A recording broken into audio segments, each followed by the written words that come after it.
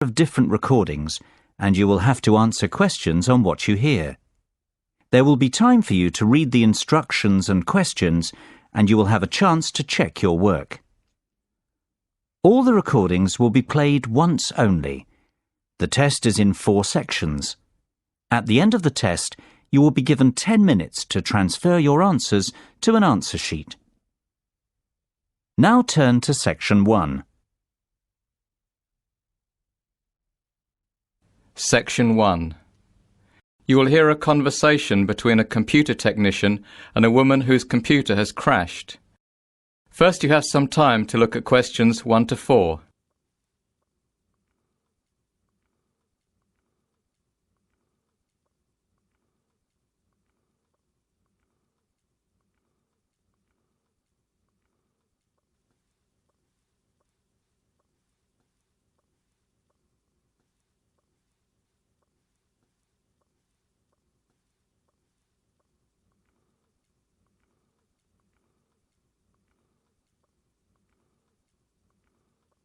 You will see that there is an example that has been done for you.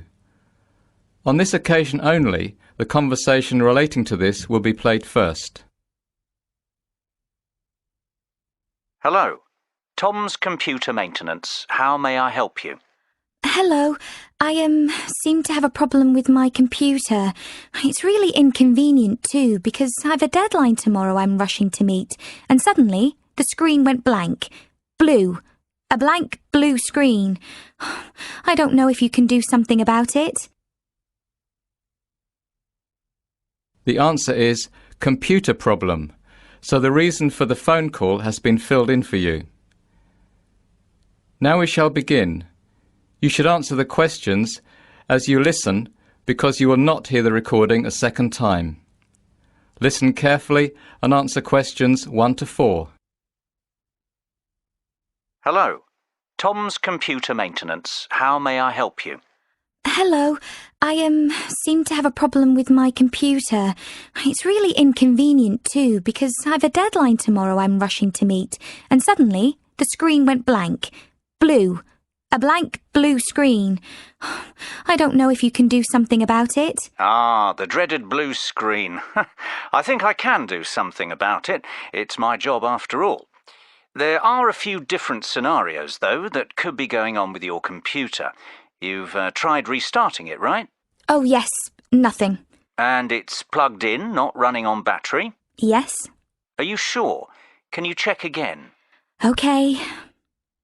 Yes, it's plugged in. Okay. Can you give me a bit more information about what happened? The screen went blank. No, I mean, what activity were you doing when the problem occurred? Your computer was on, I presume. You were working, right? What did you do immediately before the blank screen appeared? Were you using the internet? Oh, yes, I was. Is it a virus? That seems likely. What antivirus software are you using? I'm not sure. Oh, how embarrassing. Never mind. I'll have to come and have a look at your computer. Okay, that's great. Before you hear the rest of the conversation, you have some time to look at questions 5 to 10.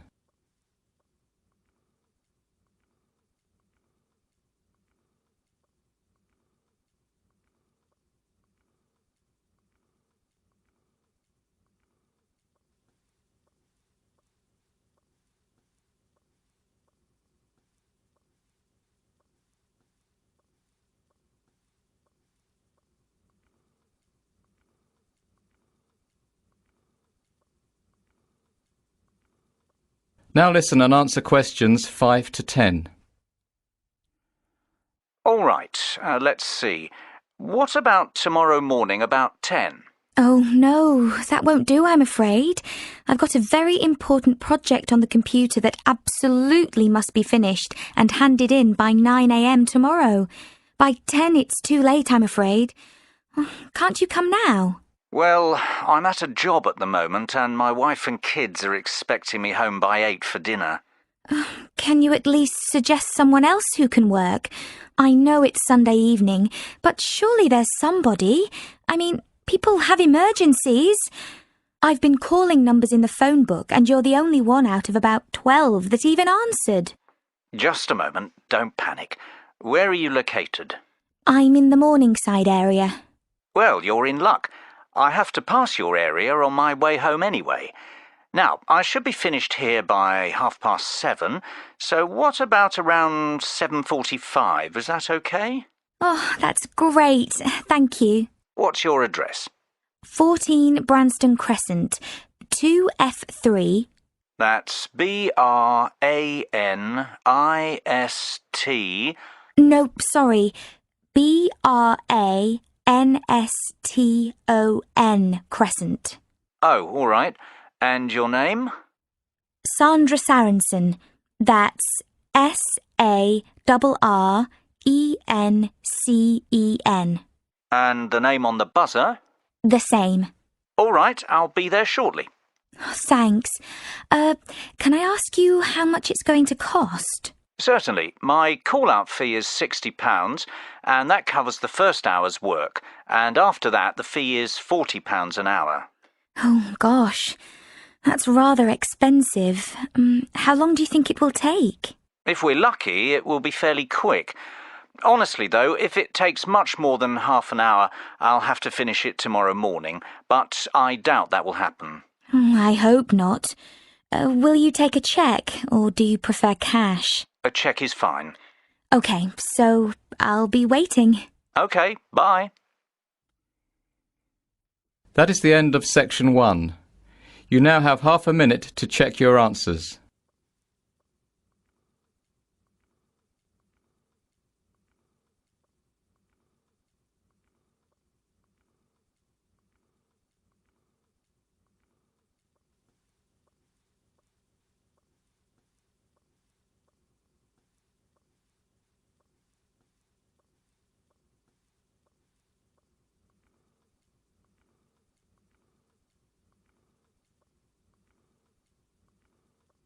Now turn to section 2.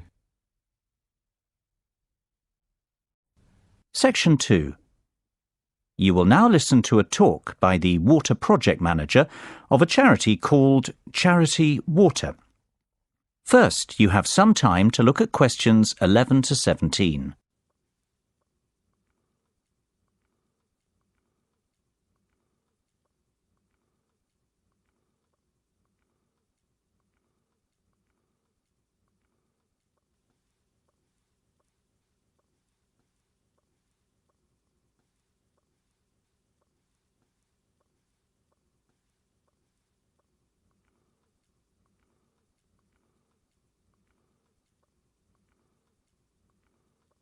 Now listen carefully and answer questions 11 to 17. As Charity Water's Water Project Manager, I travel to some of the most desperate places on Earth in search of clean water. And while the landscape changes, there's always one thing that remains the same. The women are always walking. Whether I'm in the mountains of Haiti in rural Liberia or the jungles of the Central African Republic, the women are always carrying water. To give you an idea of the work that Charity Water does, I'll tell you the story of one of these women. Driving down a bumpy road in the middle of northern Uganda, our truck suddenly swerves off the road and up over an embankment.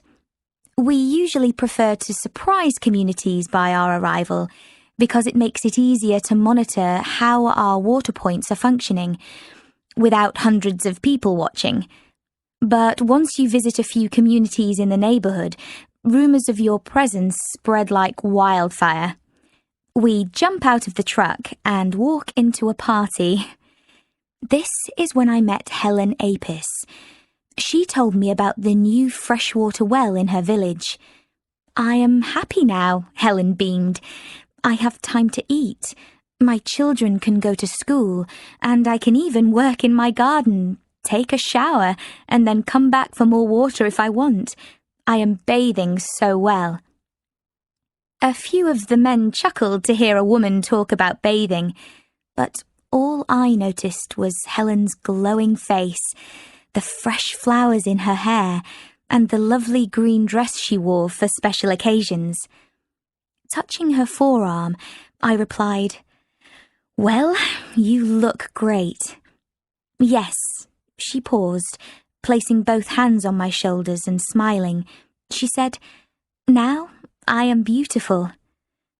That really hit me. My job is to focus on sustainable development, health, hygiene, and sanitation to make sure Charity Water's projects are working in 20 years. But nowhere on any of my surveys or evaluations was a place to write, "Today, we made someone feel beautiful." Before you hear the rest of the talk, you will have some time to look at questions 18 to 20.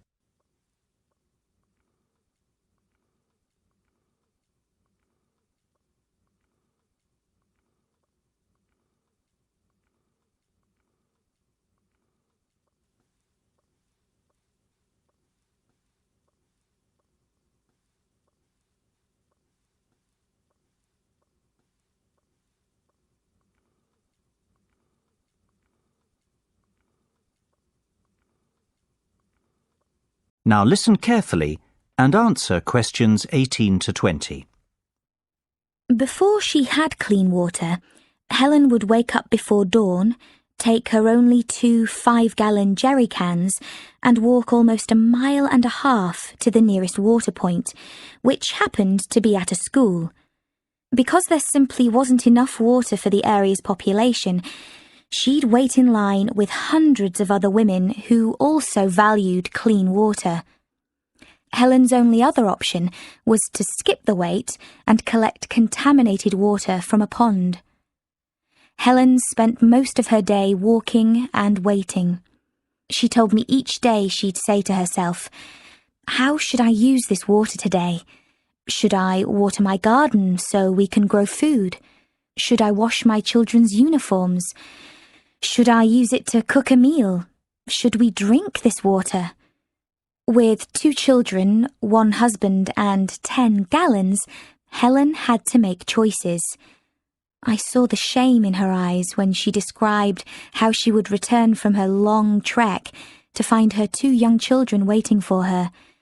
They were often sent home from school because their uniforms were dirty. With the new well in her village, her life was transformed. She now had choices, free time, options. Also, Helen had been chosen to be the Water Committee treasurer, collecting nominal fees from 51 households to use for the maintenance of their well. Water committees are often the first time women are ever elected to leadership positions in villages. Last month, Helen was standing in line waiting for water. This month, she's standing up for her community. And now, she is beautiful. That is the end of section 2. You now have half a minute to check your answers.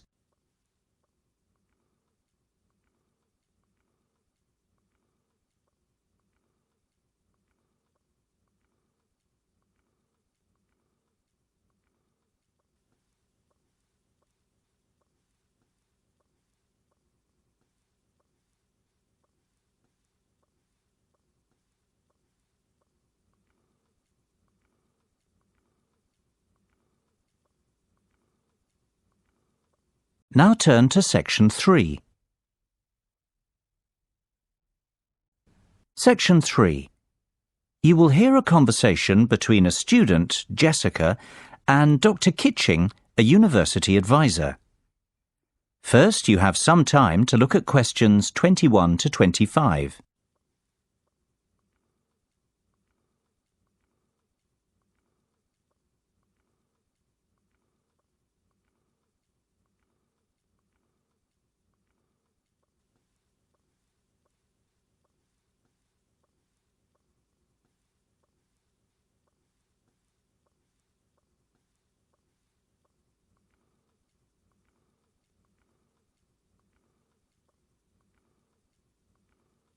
Now listen carefully and answer questions 21 to 25. Hello, Dr. Kitching. My name's Jessica. I work for the student newspaper. I called you last week to ask if I could interview you for an article about how to ask for references. Oh, yes, I remember. Come in, have a seat. Thank you. Do you have a few minutes now to do the interview? Yes, that's fine. Great.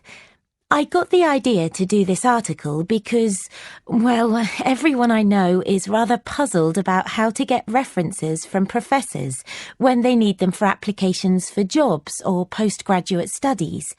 And I thought since you're a professor and you've been working as a student advisor for many years also, what better person to ask? Yes, I have got some advice I can share on this topic. Where shall we begin? First of all, do you mind if I record our conversation? No, I don't mind. Thanks.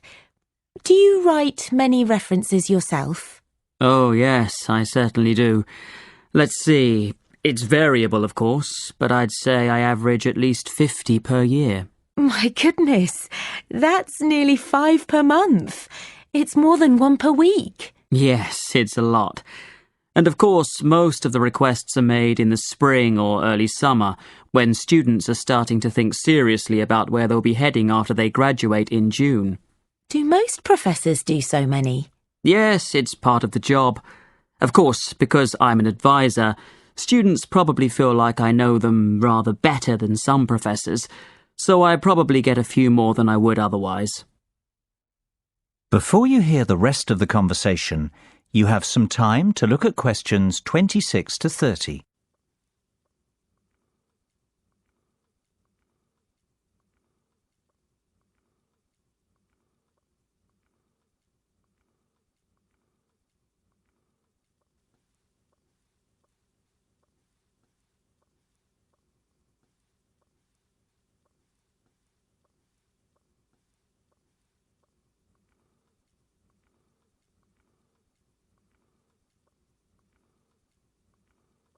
Now listen and answer questions 26 to 30. All right, so what do we students need to know in terms of asking for references or letters of recommendation? It's incredibly daunting, actually, particularly since we have such large classes. I'm not sure if my professors even know who I am. Yes, that's probably the biggest issue students face in getting references. You will invariably have to contact former professors, even if you have never spoken to them outside of class. Following on this, if I were giving a first-year student advice, I would say to make sure you've had contact with several professors outside of class so you won't be a stranger. All it takes is visiting during office hours, even if it's just to say, "Hello, I'm enjoying your lectures." But what if we didn't do that? Then you'll just have to contact your professor anyway. Make a telephone call. Tell him or her who you are and what classes you attended, this sort of thing. Remember, for your professor, recalling an average student out of hundreds and hundreds isn't easy. So tell him or her what course you took and what semester and year it was. Include what grade you got and anything memorable. Perhaps you spilled your coffee. Though at the time it wasn't funny, it might be enough for Professor Brown to remember you and it won't shed any negative light on you. It was an accident. Or perhaps, although you never spoke outside of class, you went up and asked a question that was a great one. Any information you can give to identify yourself is going to help you out. Should I visit Professor Brown in person? Yes, that would be ideal. I would suggest giving the information first over the phone, then follow up by emailing it to your professor. During the phone conversation, ask if you could meet briefly. This will be both a physical reminder of who you are and also another chance to make a good impression. Isn't it very difficult to write references for all these students you've never spoken to or really even met? Yes. For example, I was recently called by a student from 20 years ago. He lived in another country. I really didn't recall him. He told me a little about himself, and I looked back at his records.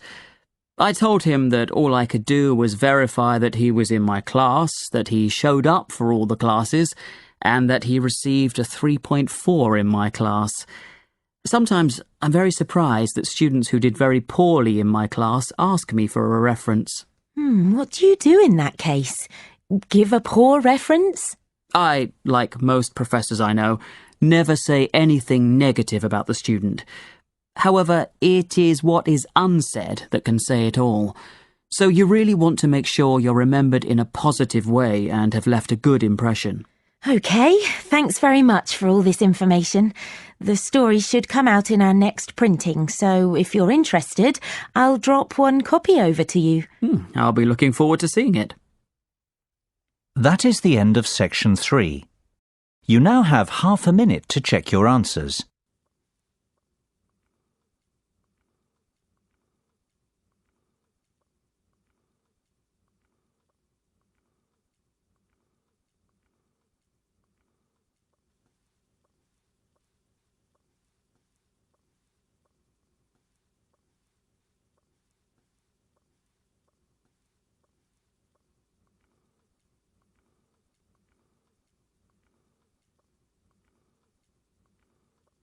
Now turn to section 4. Section 4. You will hear a lecture about the behaviour of primates, the group of animals that includes monkeys and humans. First, you have some time to look at questions 31 to 40.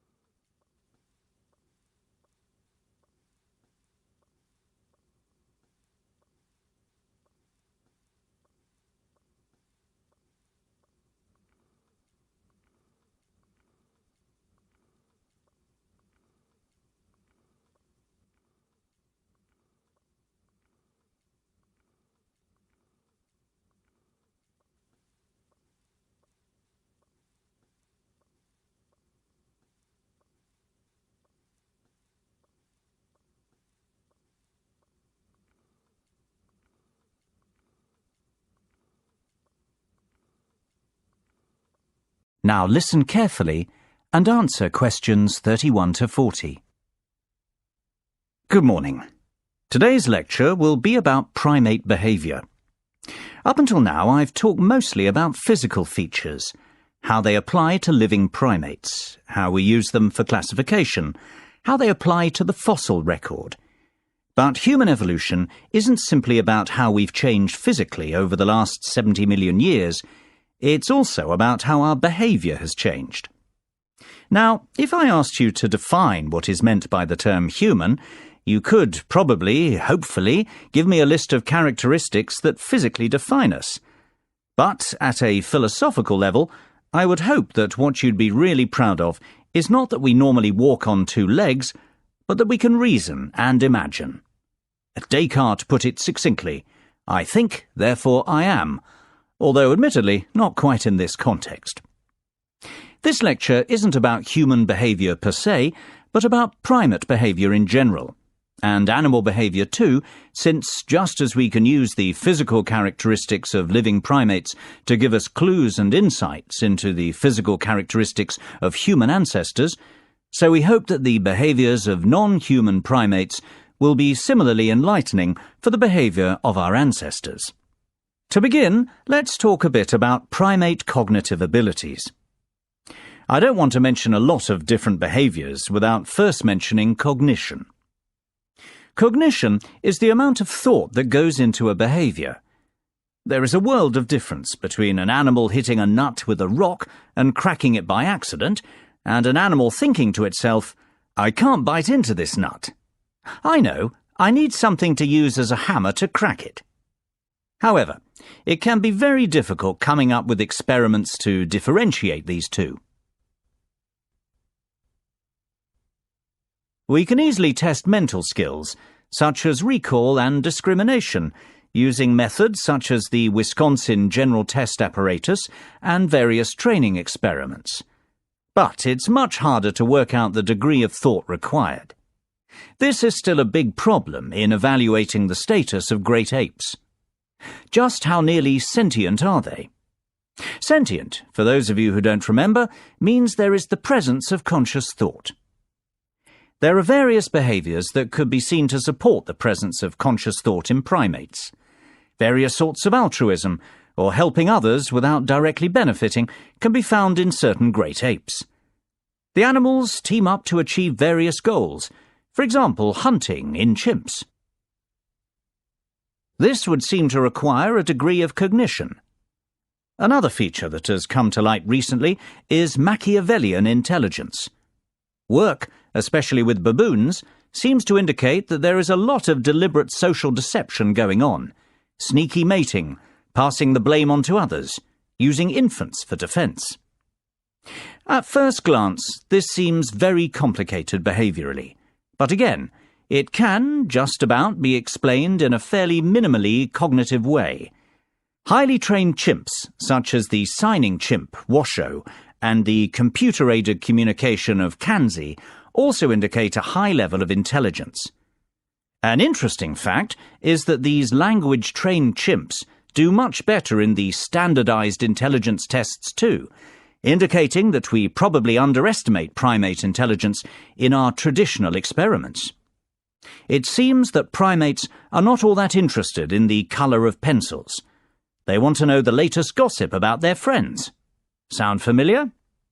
And of course, cognition and intelligence in primates is a thorny problem, with deep moral and political ramifications. That is the end of section 4. You now have half a minute to check your answers.